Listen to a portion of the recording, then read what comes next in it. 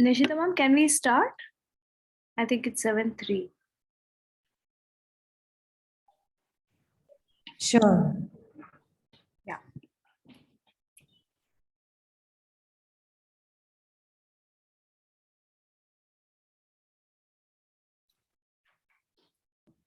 Good evening, everyone, and a warm welcome to the webinar session by the Alumni Office. We welcome Ms. Nisheeta Bajaj from PGP 2002 and Mr. Khurshed Batliwala. The session today is Sleep Your Way to Success, 3 hacks to create space for success in your life.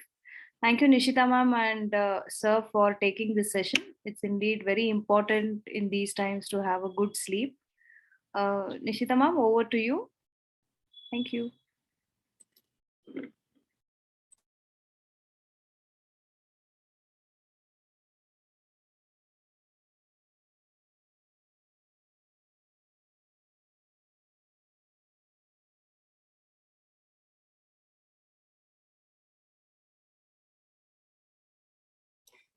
Nisheeta ma'am, you can start. Thank you. Am I audible? Yes, ma'am. Lovely. And visible. Lovely to be back always with fellow IIM alumni. Sorry, it's breaking. And I have to say that today is a very, very Your voice is not special audible. day for me. Nisheeta As ma'am, many your of voice you is not know, audible. my Sorry. job, is it breaking? We've switched to another network. How is it now? Yeah, better now. Good? Yes. Okay. Lovely. So this is the third time, the third welcome, and I hope it's the warmest, and I don't have to try it again. But I wanted to share with all of us fellow alumni today that today is a very special day for me on 2 counts. The first is success, as many of you know, is close to my heart because my job is really to coach CEOs to be successful in their roles and in enlarged mandates going forward. And so every time I'm invited to speak on a topic around success or something that makes people successful, I'm always delighted to do so. And the second reason it's a very special day for me is because a very dear friend and best-selling author, and I can go on about it, but I'll keep the introduction short, Khurshed Batliwala, who has written a book on sleep and success that's about to be released, is actually with me today. So I will just slide into the frame. Hi, everybody. Good evening. Brilliant to be here with all of you. And thank you, Nisheeta, for such a cute introduction. Thank you. It's a pleasure to be together always.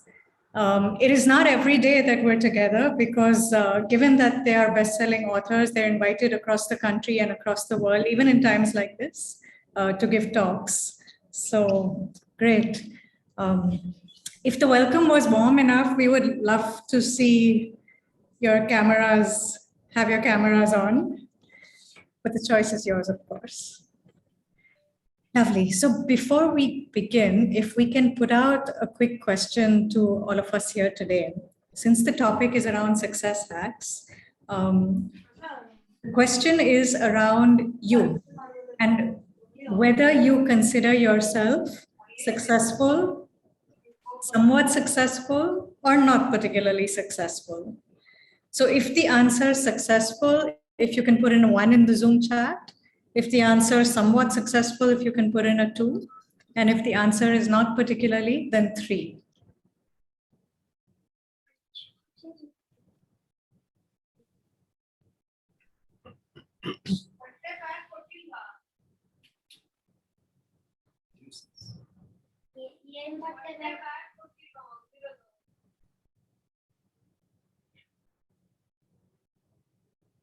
Okay, interesting. So that's a distribution, isn't it? Yeah, we've got across quite a few 1s, a few 2s, and very, very few 3s. Okay. All right. Well, this is IIM Bangalore alumni and colleagues. So great. So shall we deep dive into the first hack? Now, hack one, success hack one is, let me just jump into it, is really not so much about what you do, but as I like to call it, it's about what new you do. And I think we're all masters at doing things, right? I mean, I sometimes wonder, MBA, Master of Business Administration, is it business or busyness? We're just fantastic at keeping ourselves busy. But as a result, we so often get sucked into doing the doing. I think, Baba, what you call action addiction, right? Yes, I call it action addiction. And it is it's a biochemical process that happens in the head, in your brain, something called dopamine. And dopamine is a super addictive substance. So much so that when rats were, their dopamine centers were activated every time they pressed a lever, they pressed the lever like they didn't stop it. They just kept going on and on and on to the point of exhaustion and collapse. They collapsed out of exhaustion, not even having food or water. When the dopamine secretion was done. On the other hand, when the dopamine secretion was stopped, like those brain centers were stopped, the rats wouldn't even eat food and they died of starvation. Because every time you accomplish something, dopamine is secreted. So we tend to get addicted to this action of achieving something. And that achieving something can be as small as opening your phone up on WhatsApp and checking messages, checking your Instagram feed, checking your emails. And our day gets saturated with doing this pointless, meaningless actions, which at the end of the day make you feel super busy and absolutely unproductive. Like you were busy the whole day, but at the end of the day, if someone asks you, what did you accomplish? You think, oh my God, what did I really accomplish today? And so here's my question to all of us. Are we creating space in our day to do new things? And that's really, to me, all that hack one is about. Keeping yourself busy is not a problem, right? But you want new results. You want to create almost new possibilities. Are you carving time out in your day to actually do new things, to do things that add up to something that will create new possibilities? Yeah, I think, if I may interject here. Please. It is one thing to do new things. It is another thing to do new things that would actually be in line with your life goals. It's one thing to learn how to play the guitar, but if learning how to play the guitar is not really contributing to your overall life goal, there is not much point to it. Now, this, I'm sure, at this juncture, I don't know if anybody can argue with this. It sounds logical, but please stop us if you think otherwise. Yet to most, it's probably logical, right? And then perhaps the next question is, yes, but, doing new things, carving out space, there's a lot of time and effort that goes into something like that. And my short response to that is actually no. All it takes is what I call the creation equation. Baba is from IIT Mumbai. He mastered in mathematics. So I'll, let him deal with the numbers. But how many minutes, Baba, do you think it takes a day? 5.5. Just 5.5 minutes. And I'll prove it to you. So a normal working day for most people should be maybe a 9 to 5 or a 9 to 6, which is how many hours? Approximately 9 hours. Yeah.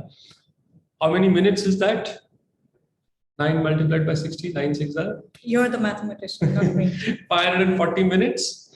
If we take just 10% of that, if we take just 1% of that, which is 5.5 minutes. Yeah. Every day if we give 1% of time, just 5.5 minutes, it's amazing what you can accomplish. And here is how. See, if you take 1 and raise it to 1, 365 times, it's 1 into 1 into 1 into 1, 365 times, you get 1. But if you raise 1 to 1% of 1, which is 0.01, 365 times, you get approximately 38, approximately. So if you work for something 5.5 minutes, which is 1% of the earlier 9 into 60, you will indeed end up with 38 times more of whatever you started by the end of the year. Right? And I actually started doing this, when I read this, I felt, okay, it sounds great on theory, but so I play the piano and I started practicing a particular piece that I always wanted to play, but I found was way beyond my ability. And I said, okay, 5.5 minutes, I'm just going to do this every day. Play this piece. It's difficult to play something which is difficult because you get attracted to play something which is simple. You just want to play the simple and enjoy. I guess that's the way it's in life, right? It's a little difficult to want to do something that's difficult when you can do something that's simple. That's easy. But 5.5 minutes, let me just do it. And it didn't take a year. It took me about 3 months. And 3 months, I was playing that thing much better than I ever dreamt that I would be able to. And that's when I became a firm believer of this 5.5 minute habit. So it could be 5.5 minutes of push-ups. It could be 5.5 minutes of learning some new skill. It could be 5.5 minutes of whatever it is that you want to do in your life, that you want to bring into your life. And remember one thing, mostly we don't do stuff that we are not good at because we're not good at it. But if we consistently keep doing something, we eventually become good at it. And then you don't need to be at just 5.5 minutes. That's why I call your math the creation equation. It's a Friday night. This is too much math for me. But I remember it as 5.5 minutes a day and the creation equation. I mean, you can literally create a new yourself. You can create a new life with it. And all it takes is 5.5 minutes a day. So no questions on math, but any thoughts on hack 1? Otherwise, we'll move on to hack 2. Feel free to unmute yourself if you'd like to share anything or ask anything. When you're saying 5.5 minutes, it can be anything which is good for ourselves. Is that in terms of a productivity, in terms of a learning? Is that what you're trying to convey this message? Absolutely. Anything that you feel would be life enhancing for you. Okay. That sounds, why only 5.5 minutes? That's a big question. What can we learn from 5.5 minutes? I'm trying to understand, does it have any purpose or meaning behind this 5.5 minutes? 1% of your working day. That's all I'm saying. 1% of your working day. If you take 1%, many people say, oh, you need to devote an hour, 2 hours, 3 hours. My contention is that even if you do one 5.5 minute thing consistently every day, you will become very good at it by the end of the year. Okay, great. Thank you so much. You can pick whatever goal you want. It could be non-work related, like playing the piano. Yeah. And you'll really have achieved a level of, almost mastery if you consistently do this. It could even be work related. I mean, let's say at work, we all have our natural styles, right? And let's say you're somebody who is, let's say you're somebody who's very good with teams, right? But let's say you're somebody who does not enjoy networking. Now, in your role, let's say that you actually do need to network, either today or tomorrow, when you grow into your next role, right? You're going to have to groom yourself into acquiring that behavior. Now, this is not something that is, that's going to take an extensive amount of your time. All we're saying is that invest 5.5 minutes on developing that new behavior every day. Consciously and deliberately. Yes. And by the end of it, you'll have mastered it. And that's why the coaching industry calls it deliberate practice, because you're consciously doing it every day. The beauty is only for 5.5 minutes. Okay, great. Thank you so much. Sandeep asked, is there a specific time to do this 5.5 minutes task for maximum productivity? I would say do it when you are freshest, when you are most awake, when you are most alert. That would be my suggestion.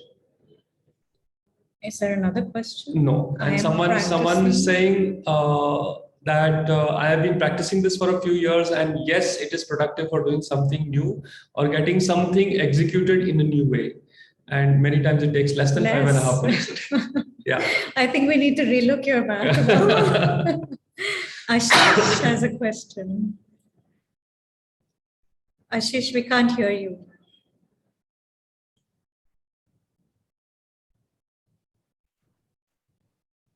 No, you're not audible to us.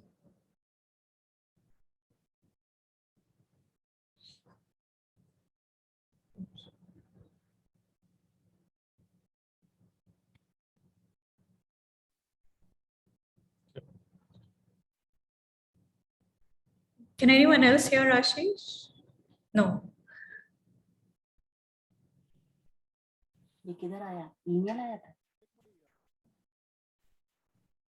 Okay, well, we can address your question at any point in the conversation, or if you'd like to put Just it in type the it chat out, yeah. box meanwhile. Yeah, Ashish, check your audio, and if you cannot sort it out, just put it in the chat and we'll answer it.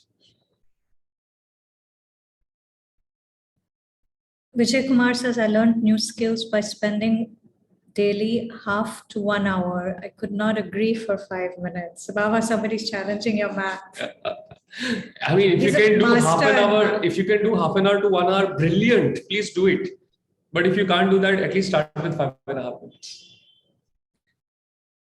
And I think the point is consistently, every day, and that builds up over time, where, you know, it builds up to reach an inflection point. How about the distractions? I mean, if you do the same thing for a long time, it's human behavior to lose focus. That's why 5.5 minutes, right? I'm sure 5.5 minutes you can manage it, right? Half an hour, I agree, it's difficult, but 5.5 minutes should be very manageable. Okay. Okay. And if you are finding distraction difficult, then come to the Art of Living course that we teach. You know, learn how to meditate, learn that, and you will learn focus. And I think that brings us to our second hack. Second hack, yes.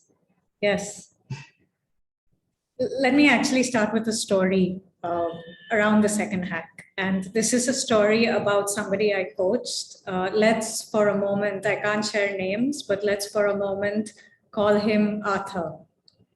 Now, Arthur was a sales director in a company. And Arthur was somebody who would send emails to his team at 2 a.m. in the morning, and all marked on high priority. I see some of us starting to smile now. I don't know if you're at the receiving end or at the giving end, but so 2 a.m. mails all marked on high priority. You can imagine what his team felt like when they woke up first thing in the morning. Not just that, let's say somebody in his team had just was about to close a big contract. And so they would, you know, ping Arthur and tell him that they were about to close this big contract. Arthur would shoot back with responses on what needs to be done, A, B, C, D. Interestingly, there was no congratulations, well done, nothing in the mail. Okay, so that was Arthur for you. Now, what I find most fascinating about Arthur, and what actually he found most fascinating about himself in hindsight, was that even in his spiritual, personal life, he was always talking to God. He was never listening. But this was Arthur. I mean, he couldn't help it. You know, this is what had made him successful. This is what had grown, you know, made him into what he was, the sales director of this very large company. Yes, that was him. That was his natural tendency. In coaching parlance, Harvard has researched this over about 40 years, and in that language, it is referred to as motives. So Arthur had what you might call achievement overdrive. And they've researched motives extensively. And we don't have time to get into all of that today, but they say we're all fundamentally in our work life driven by three motives, one of three, and we all actually have it, but in a different rank order. So achievement is one of them. And I think also, given where we all come from, achievement has gotten us to where we are today. But Arthur typifies how achievement can backfire. No prizes for guessing how Arthur's team felt. They were actually wondering who would leave first, them or Arthur. Okay. Until, of course, Arthur started on this journey of coaching and working on himself, and very quickly reined back his achievement overdrive, his achievement motive, his intrinsic need for achievement, and actually started behaving differently. So in the contract example, he stopped firing out responses. He would make the time to collaborate, to congratulate, and he built his team along the way. So what does this story tell me? Here's Arthur. He's on achievement overdrive. Harvard has actually written a whole paper on the destructive potential of overachievers. And Arthur turned into a very, very different person who, had no signs of achievement overdrive anymore. What did this really take? Let me put this out actually as a question to all of us. What do you think Arthur might have done to be able to make that switch? Because that is hack 2.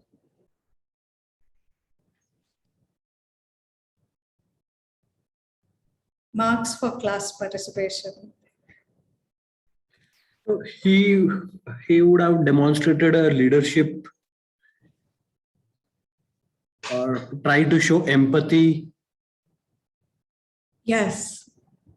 And then the follow-up question is how? His natural tendency was to go into that achievement overdrive. So how did he actually make that switch to exhibiting all these other things, Anshul? Question to any of us. Yeah, you started with the point that even at the night when there was a congratulatory options, he just started with that 3 bullet points that you should do this, this, this. Instead of appreciating the member, right, he started with his daily tendency, what he used to do. So importantly, the thing which we need to practice is appreciating the team and the team members in open, and definitely the criticism in the closed rooms. So that is one thing definitely. Let me actually go back to what I shared and make an argument against it and say that it is not easy to change your behavior when you've been a certain way, and particularly when that gives you deep satisfaction, which is the whole motive theory. It's not easy to change. Nisheeta, yes, please. No, it's not even about just satisfaction. It is about success. You are where you are because of how you are. And you don't want to really change that because, Arthur got to that senior position by being who he was. He was, exactly. Right? Yeah. So it's not even about satisfaction. It's about fulfillment, success. It's about making life work, really. So something that can be correlated with Steve Jobs. The Arthur looks like a Steve Jobs guy.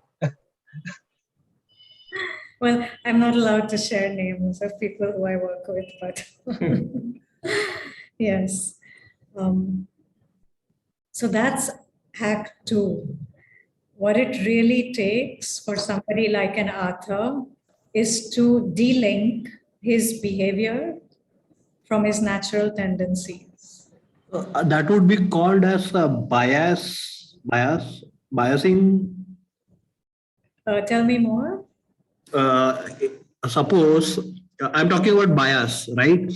While there are very few people who may be a tendency to be biased based on certain perception they carry on with them, and or maybe a natural behavior that if they found out that the person who they are trying to address, and they have that experience, prior experience of facing the similar kind of a person, they may be bringing their old experience or old behavior in front of them, right? Uh, that would be called as a biased, like they may not take a logical decision, but obviously they may take some kind of a biased decision, rather understanding what the person might have gone through, whether he has been properly supported in terms of the information required, or maybe he has been against that particular person. That's why he has been sharing the emails in the late nights. I completely agree with you, and I call it the judgment trap. So there's an article on LinkedIn that I posted at some point on the traps that managers and leaders fall into.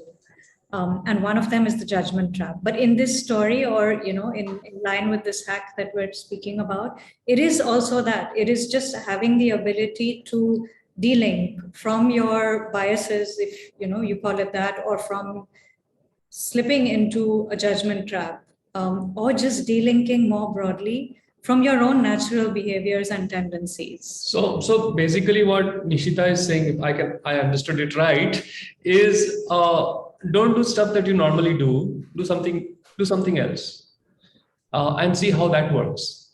And that takes courage, because the other thing does work. But then I guess if you want to change stuff, you cannot keep doing what you are doing, because if you keep doing what you are doing, nothing changes.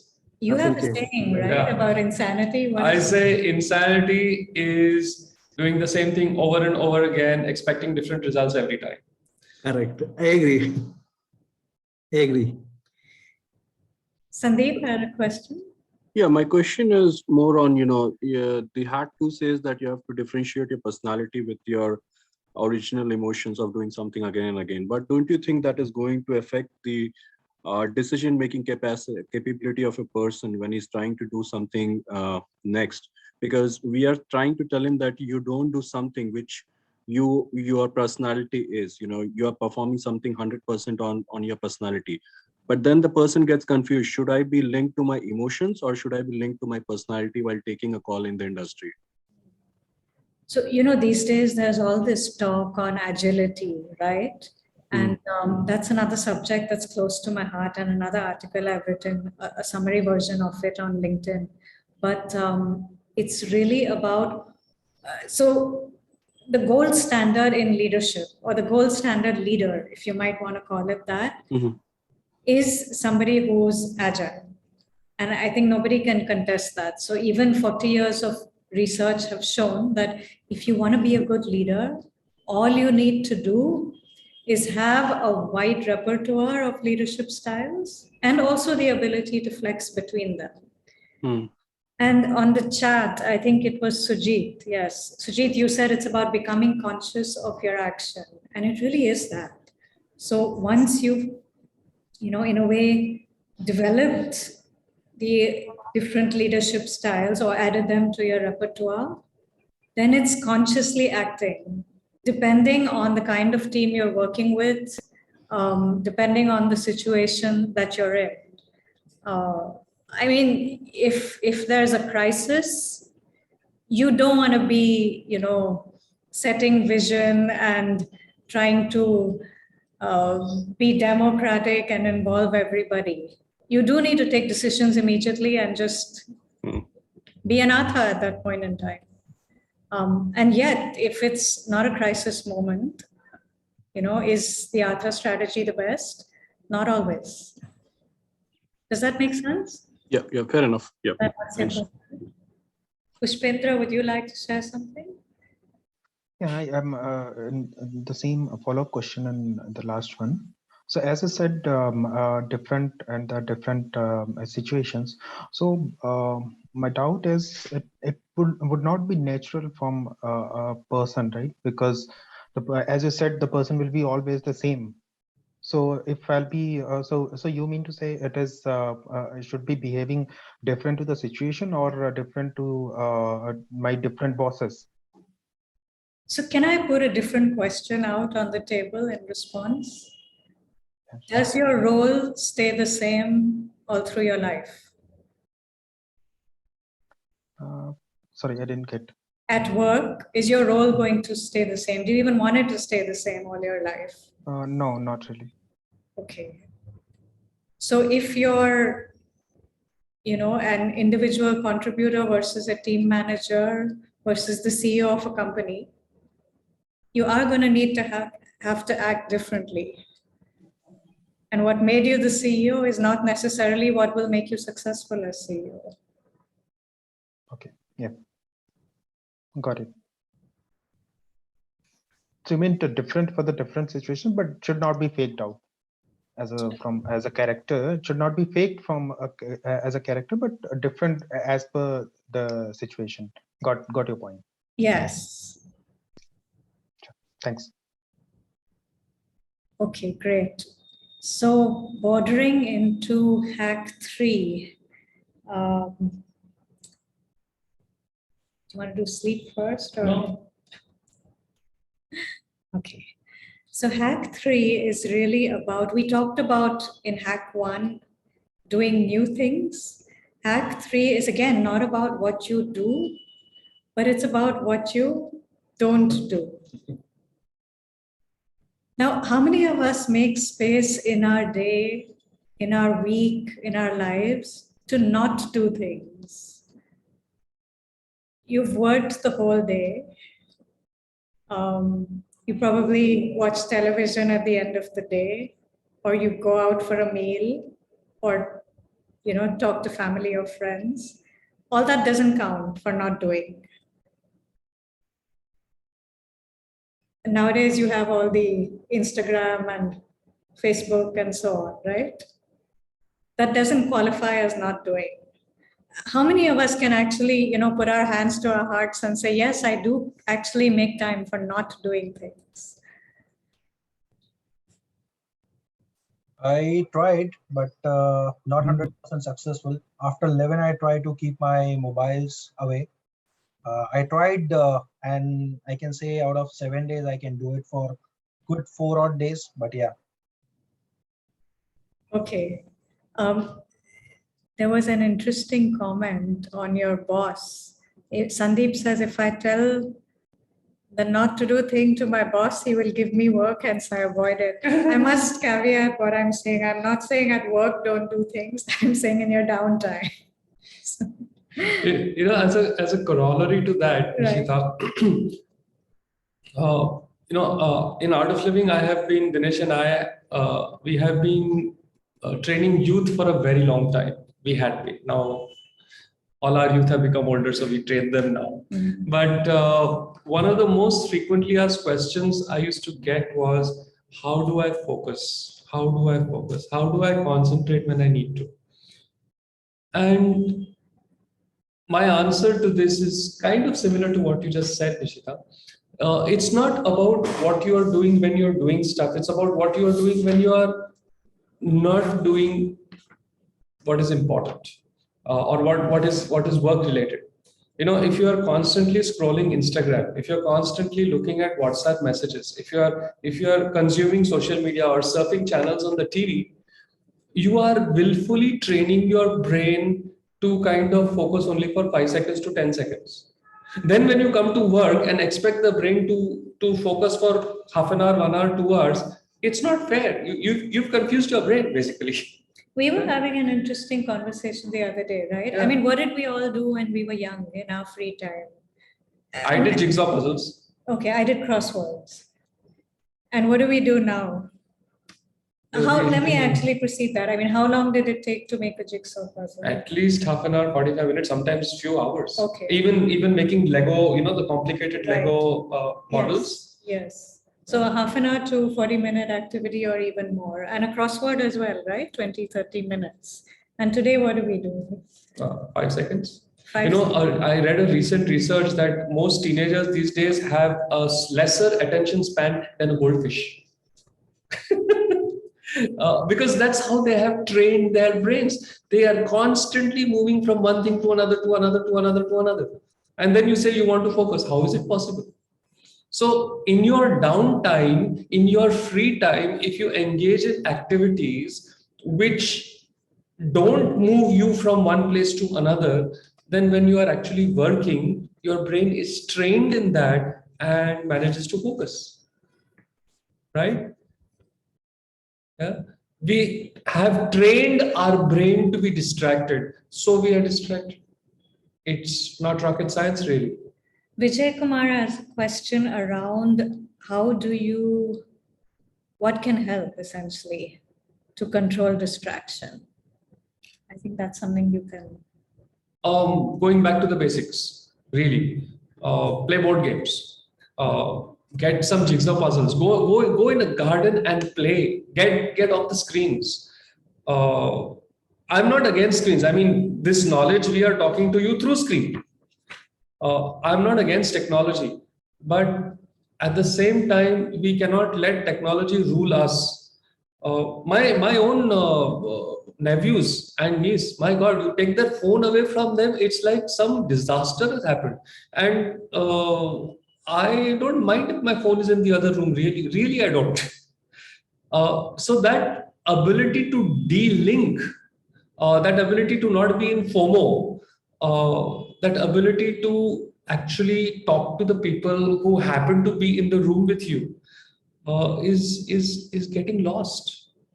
Can I ask you to, take a moment and also talk about the breathing practices that you all teach? Absolutely. Because So we teach pranayam, we teach meditation on Art of Living courses, and I some of you also wish me Jai Gurudev, so I know that you have done some Art of Living course or the other.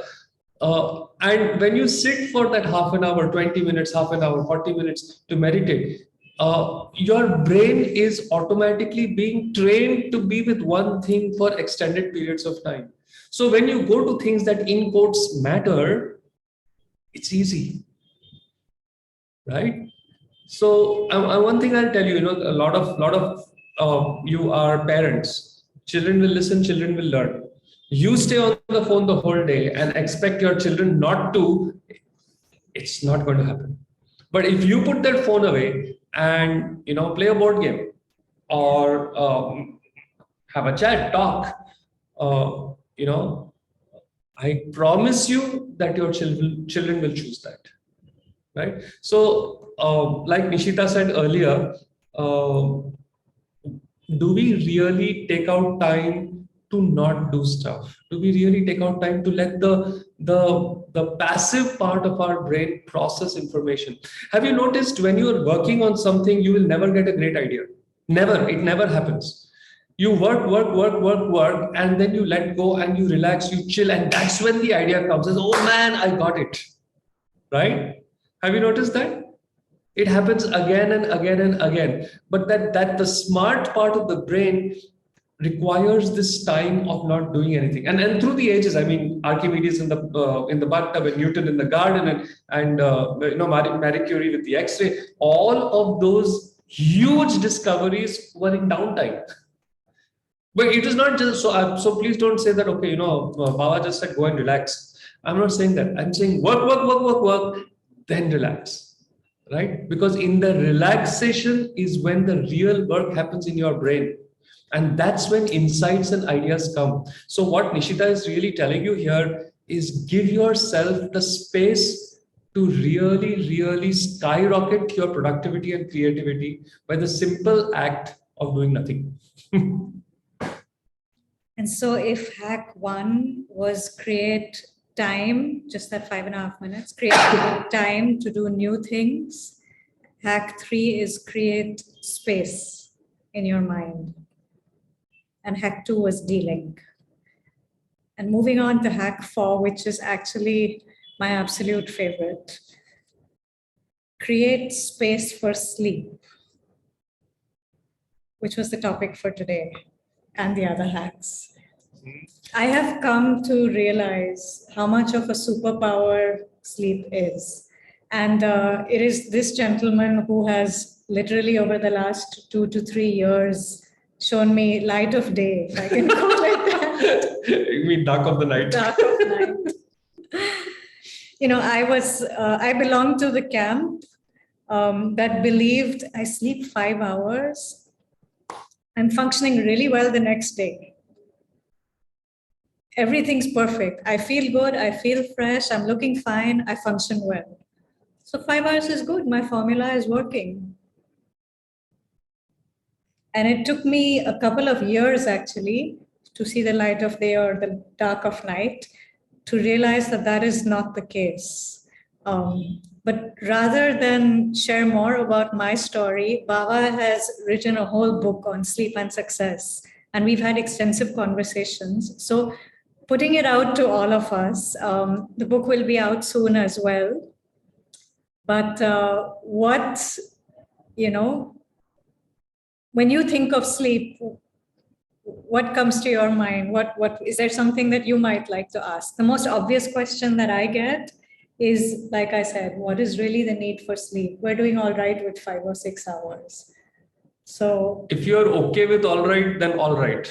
But if you want 5-star, 7-star quality of life and all right is not all right with you, then sleep more. So let me push back with Pushpendra's question. Sleeping is boring. So it's not just a waste of time, it's also boring. How do I deal with that? Yeah, charging your mobile phone is boring. But without a charge in your mobile phone, it's just an expensive paperweight, isn't it? You can have the most amazing, like the current technology, advanced super mobile phone, but if it does not have charge, what's the point? Right? You need to charge your phone. You need to keep it away.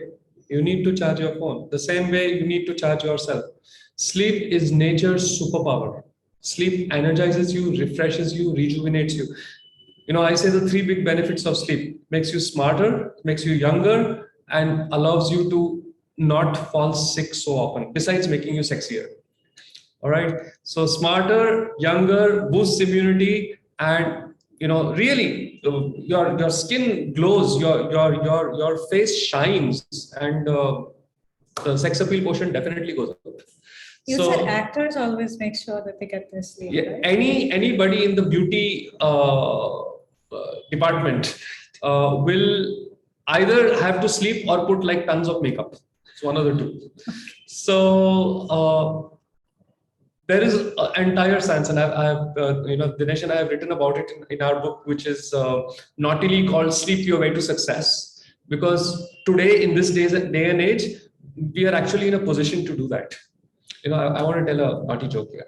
So it's a Friday night, but please ask permission of the group. I'm sure they'll like it. Okay. So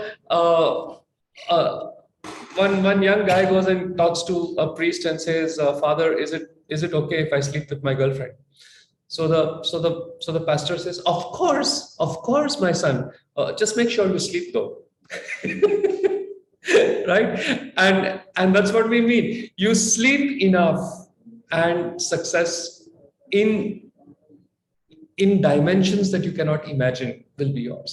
And that's why we called our book "Sleep Your Way to Success." Sleep powers success. Sleep powers everything you do. And it is at our peril that we neglect sleep. If you look at all the lifestyle diseases that we have, high blood pressure, cardiac problems, diabetes, obesity, all these brain degenerative issues, all these are linked to not enough sleep.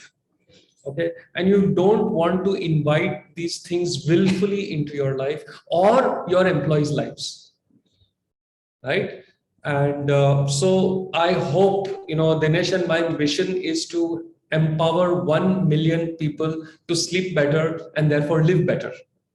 And I hope you will join us in this the success hack of all success hacks, which is actually the simplest: just sleep.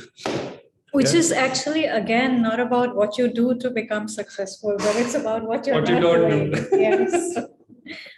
So we'll take the rest of our questions in the last couple of minutes. But before that, we're going to just put out a link on the chat because I know sleep is a very big topic. So if you would like to know more about it, you'll get all your answers in the book. We will send you the pre-order link once it's out.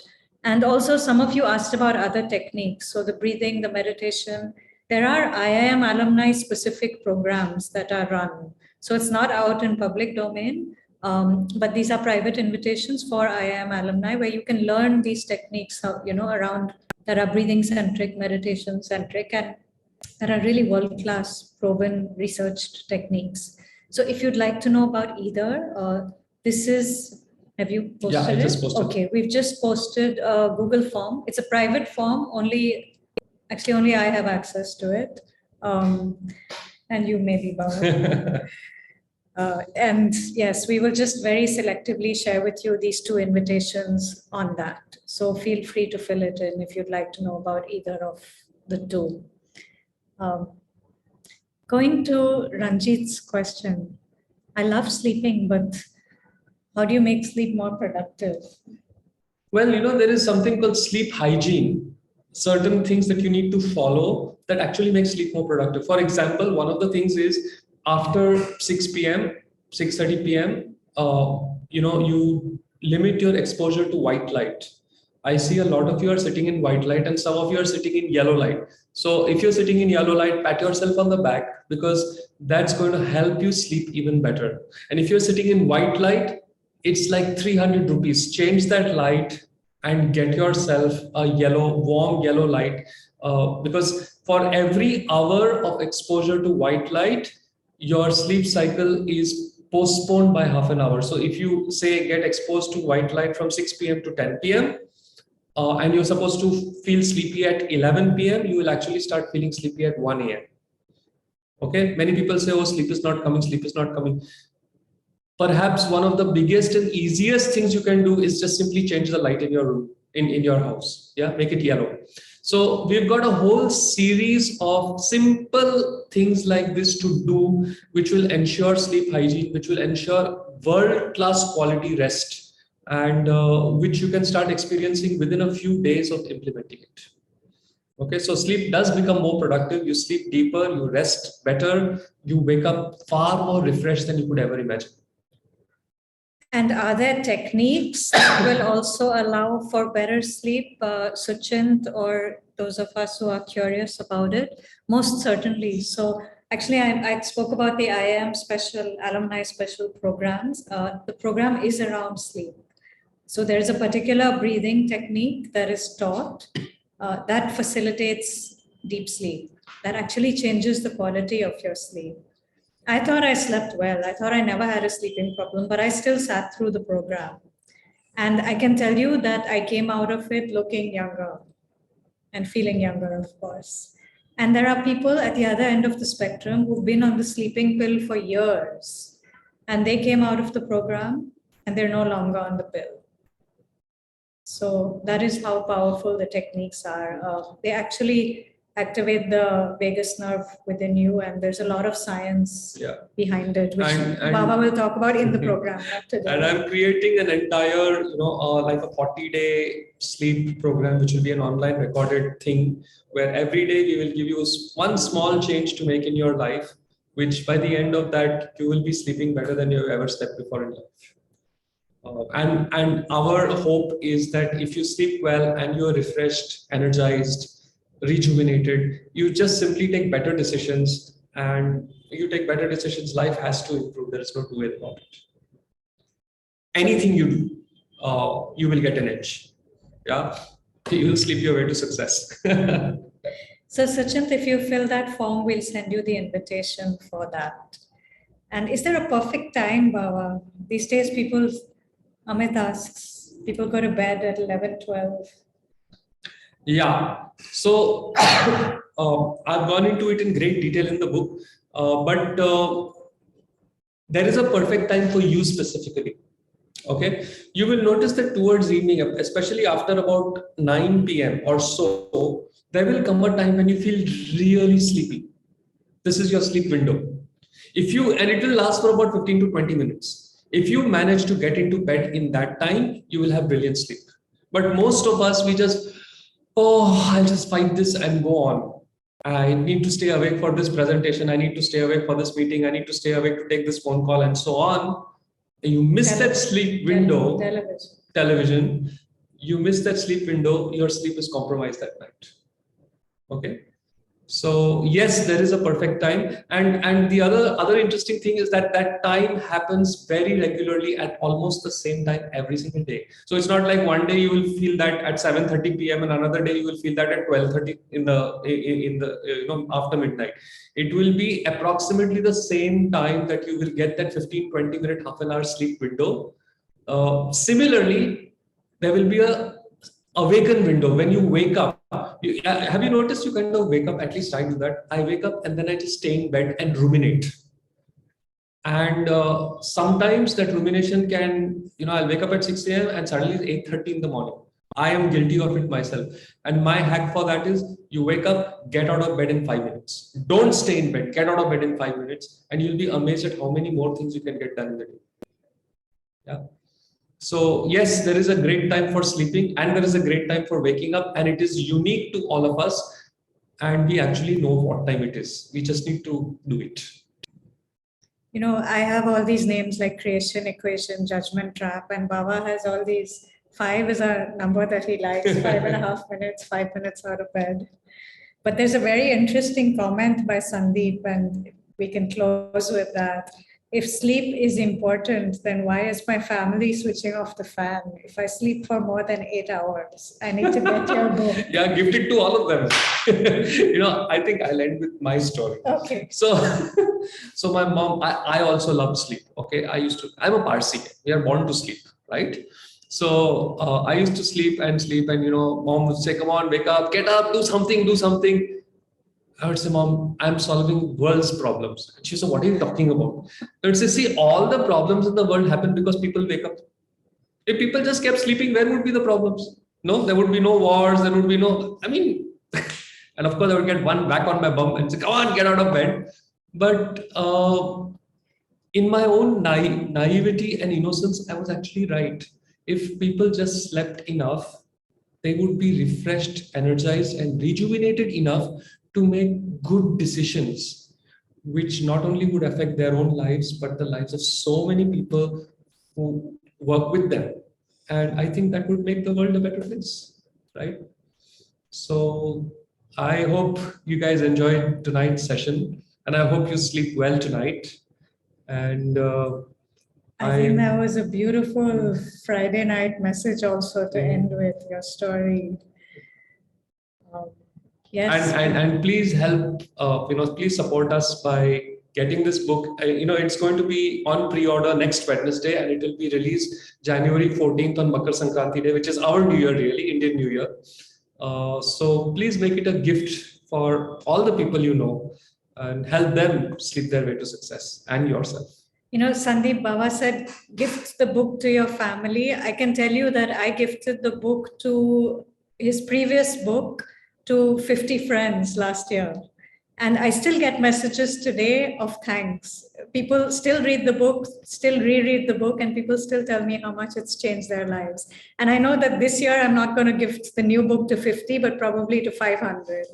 So thank you. Lovely. Thank you all. And we'd be happy to be in touch and, I'll just put that Google form once more in case you guys missed it. There it is. And please fill it up, and Nisheeta or I will be in touch with you.